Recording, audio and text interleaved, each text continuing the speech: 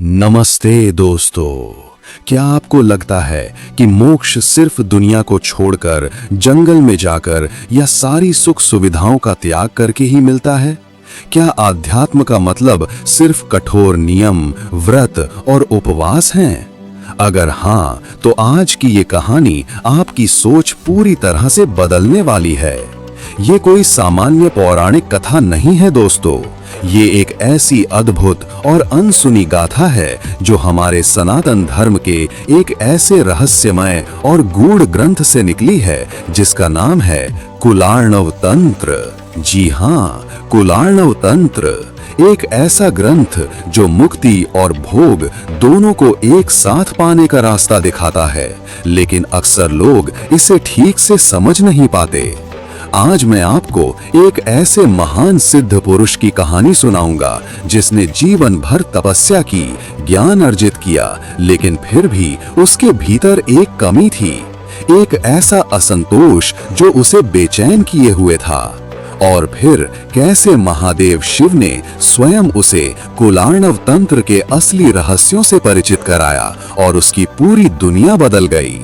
ये कहानी सिर्फ एक व्यक्ति की नहीं, बल्कि हर उस साधक की यात्रा है जो अपने भीतर के सच्चे आनंद को खोजना चाहता है। दोस्तों, ये वीडियो सपने में भी स्किप मत करना। लाइक करिए, शेयर करिए और चैनल को सब्सक्राइब करना बिल्कुल मत भूलिए, क्योंकि ये ज्ञान आपकी जिंदगी बदल सकता है। चलिए शुरू करते हैं ये अद्भुत यात्रा। कहानी शुरू होती है कैलाश पर्वत की उस दिव्य और शांत भूमि से जहां कण कण में दिव्यता का वास है। एक दिन आदि शक्ति मां भगवती, सृष्टि की जननी, अपने परमेश्वर, देवों के देव महादेव शिव के सामने बैठी थीं। उनके चेहरे पर सृष्टि के कल्याण की चिंता और ज्ञान की गहरी प्यास साफ झलक रही थी। पार्वती ने अपनी दिव्य दृष्टि डाली और देखा कि धरती पर एक महान तपस्वी था जिसका नाम था श्रीकंठ। ये श्रीकंठ कोई साधारण व्यक्ति नहीं थे दोस्तों। उन्होंने वर्षों तक घोर तपस्या की थी, वेदों का गहन अध्ययन किया था, उपनिषदों के सारे रहस्य उन्हें कंठस्थ थे और कई तंत्र ग्रंथों के शाब्दिक अर्थ भी वे जानते थे। उन्होंने अन्न जल त्याग कर हिमालय की बर्फीली गुफाओं में बरसों बिताए थे। योग की इतनी सिद्धियां प्राप्त कर ली थीं कि लोग उन्हें साक्षात ब्रह्म ज्ञानी मानते थे। उनके शरीर पर तप का तेज था, ज्ञान की आभा थी और अपनी इंद्रियों पर उन्होंने ऐसा नियंत्रण पा लिया था जिसकी कल्पना करना भी मुश्किल है।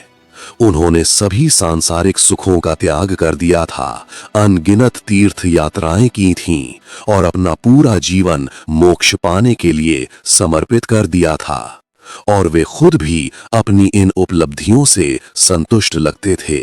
लेकिन महादेव शिव की योग निद्रा से भी आर पार देखने वाली दिव्य दृष्टि से ये छिपा नहीं था कि श्रीकंठ के भीतर एक सूक्ष्म असंतोष की ज्वाला अभी भी जल रही थी। एक गहरी अनजानी खालीपन उन्हें परेशान कर रही थी। उनके ज्ञान में गंभीरता तो थी, उनके तप में प्रचंडता थी, लेकिन उनके हृदय में आनंद का वो परिपूर्ण झरना नहीं फूटा था जिसकी वे जीवन भर कामना करते रहे थे। मुक्ति की आस तो थी, पर मुक्ति का अनुभव नहीं था। जीवन का त्याग तो था, पर जीवन के परम रहस्य का उद्घाटन नहीं हुआ था। वे संसार के सुखों को छोड़ तो चुके थे, किंतु उन सुखों से परे उस परमानंद को पा नहीं सके थे जिसके लिए उन्होंने इतना त्याग किया था। देवी पार्वती, परम दयालु मां, अपने इस भक्त की आंतरिक वेदना को तुरंत समझ गईं। उनके मन में जिज्ञासा उभरी। उन्होंने करुणा भरी दृष्टि से भगवान शिव की ओर देखा और कहा, हे परमेश्वर, हे ज्ञान के सागर, मैं देखती हूँ कि धरती पर सिद्ध श्रीकंठ जैसा महान तपस्वी, जिसने अपना सब कुछ त्याग कर ज्ञान मार्ग पर चलने की कोशिश की है, वह अभी भी किसी अनजाने असंतोष से घिरा हुआ है। उसके चेहरे पर वैराग्य की शांति तो है, लेकिन वो अलौकिक उल्लास नहीं है जो सच्चे आत्मज्ञानियों का परम लक्षण होता है। उसका शरीर तो दुबला पतला है, लेकिन उसकी आत्मा को वो तृप्ति नहीं मिली जो शाश्वत है। हे नाथ, ऐसा क्यों? क्या उसका तप व्यर्थ है? उसकी मुक्ति का मार्ग क्या है? वो कुलार्णव तंत्र जैसे गूढ़ ग्रंथों की सच्ची शिक्षाओं को कैसे समझेगा? भगवान शिव मंद मंद मुस्कुराए दोस्तों। उनकी शांत मुखाकृति पर पूरे ब्रह्मांड का ज्ञान प्रतिबिंबित हो रहा था। उन्होंने अत्यंत गंभीर और प्रेम भरे स्वर में देवी पार्वती से कहा, हे देवी, हे प्रिय ओमे, तुम्हारा प्रश्न बहुत महत्वपूर्ण है और श्रीकंठ की कहानी अनगिनत साधकों की आध्यात्मिक यात्रा का आईना है। ये केवल श्रीकंठ की निजी कहानी नहीं है, बल्कि उन सभी की समस्या है जो सत्य की खोज में बाहरी आवरणों में उलझ जाते हैं और उसके अंदरूनी सार को समझ नहीं पाते। तुमने सही पूछा और आज मैं तुम्हें कुलार्णव तंत्र के गूढ़ रहस्यों के प्रकाश में ही इसका उत्तर दूंगा। यही तो कुलार्णव तंत्र का असली सार है, बाहर से भीतर की यात्रा का मार्ग। देखो हे भवानी, श्रीकंठ ने जो तप किया वो बहुत सराहनीय है। उसने संसार के नश्वर सुखों को त्याग कर मुक्ति की ओर कदम बढ़ाए, पर वह उस मूल बिंदु को समझने में चूक गया जहां भुक्ति यानी सांसारिक सुख और अनुभव और मुक्ति अंतिम मोक्ष का अद्भुत संगम होता है। वो समझ नहीं पाया कि जिस ब्रह्मांड को वो त्याग रहा है वो भी उसी परम शक्ति का ही विस्तार है जिसे वह पाना चाहता है। वो परम ब्रह्म जिसे वह खोज रहा है उससे अलग नहीं, बल्कि वही है जिससे ये पूरा जगत बना है। श्रीकंठ ने समझा कि परमात्मा सिर्फ गुफाओं में, वन के गहरे एकांत में या दुर्गम तीर्थों में ही रहता है। उसने बाहरी शुद्धता पर जोर दिया, कर्म कांडों को निष्ठा से किया, ग्रंथों का पाठ किया, लेकिन उसने ये नहीं जाना कि कुल यानी शक्ति तत्व का मूल निवास मनुष्य के अपने शरीर के भीतर है। ठीक वहीं जहां कुंडलिनी शक्ति जागृत होकर सहस्रार में शिव से एकाकार होती है। श्रीकंठ ने अपने शरीर को तप का माध्यम तो बनाया, किंतु उसे परम मंदिर के रूप में नहीं देखा। हे देवी, कुलार्णव तंत्र साफ साफ कहता है कि असली तप बाहरी त्याग नहीं, बल्कि आंतरिक शुद्धि है। सच्ची तीर्थ यात्रा किसी भौतिक स्थान पर जाना नहीं, बल्कि अपनी आत्मा के पवित्र अंतःकरण में गोता लगाना है।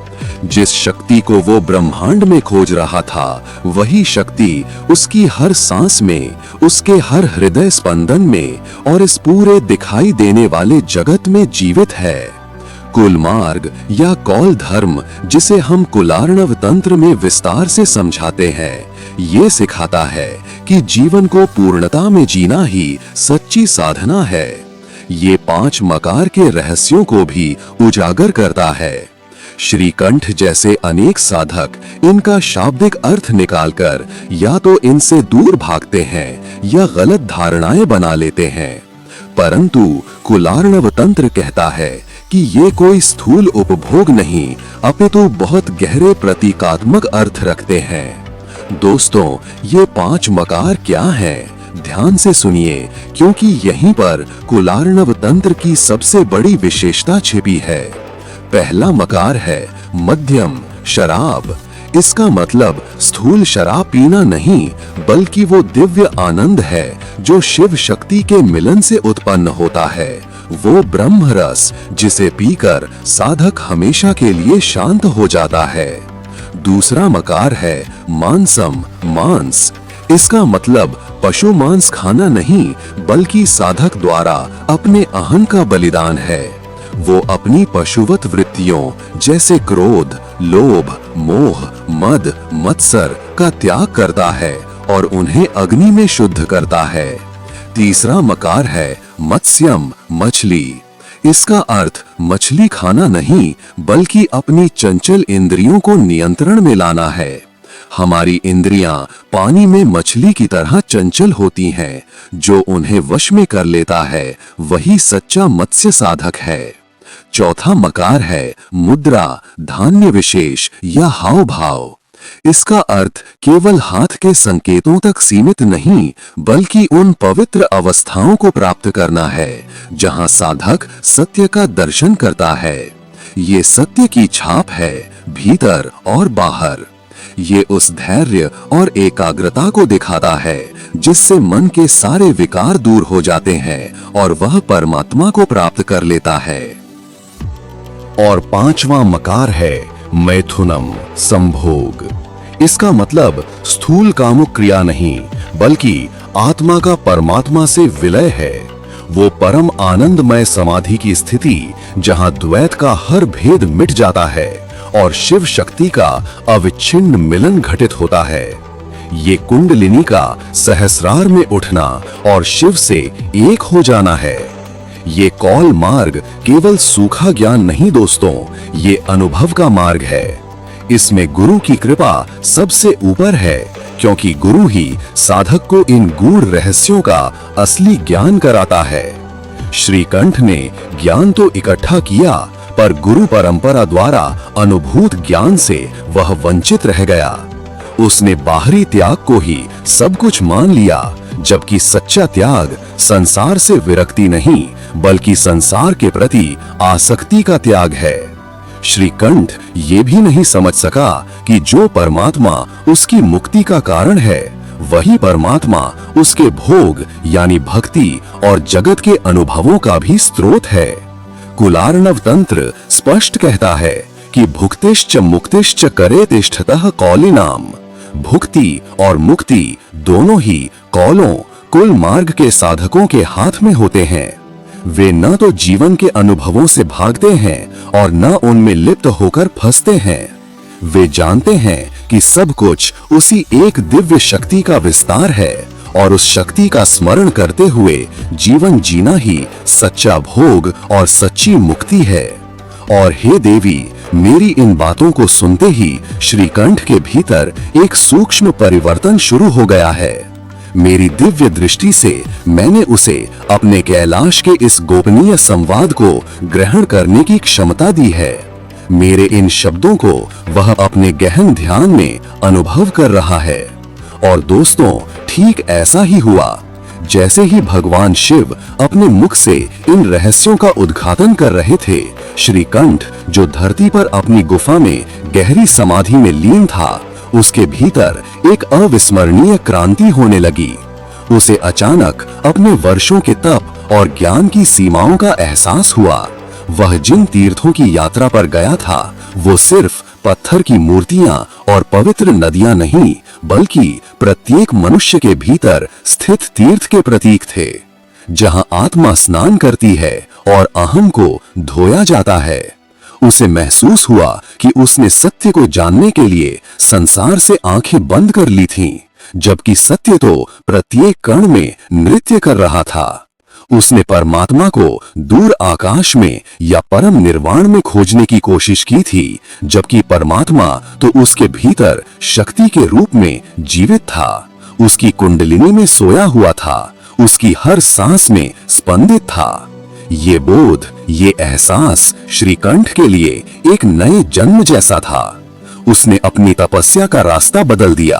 अब उसने बाहरी कठोरता को छोड़कर आंतरिक साधना शुरू की।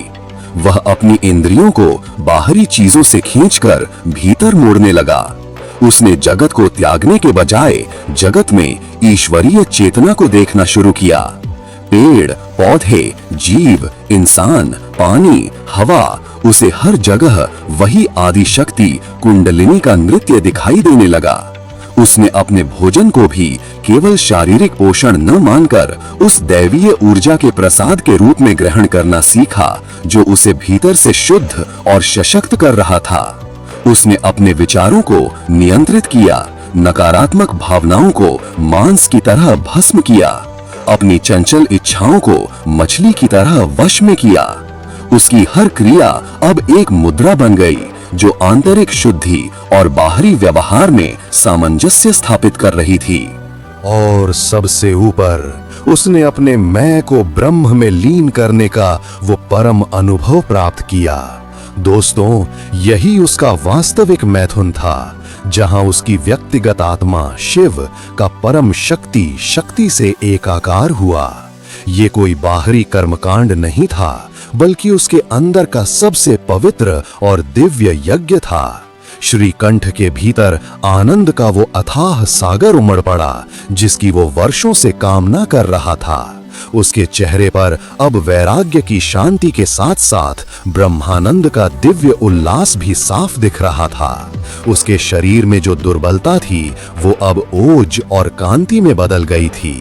उसे ये अनुभव हुआ कि मुक्ति का मतलब संसार से भागना नहीं, बल्कि संसार के रहते हुए भी उससे अनासक्त रहना है।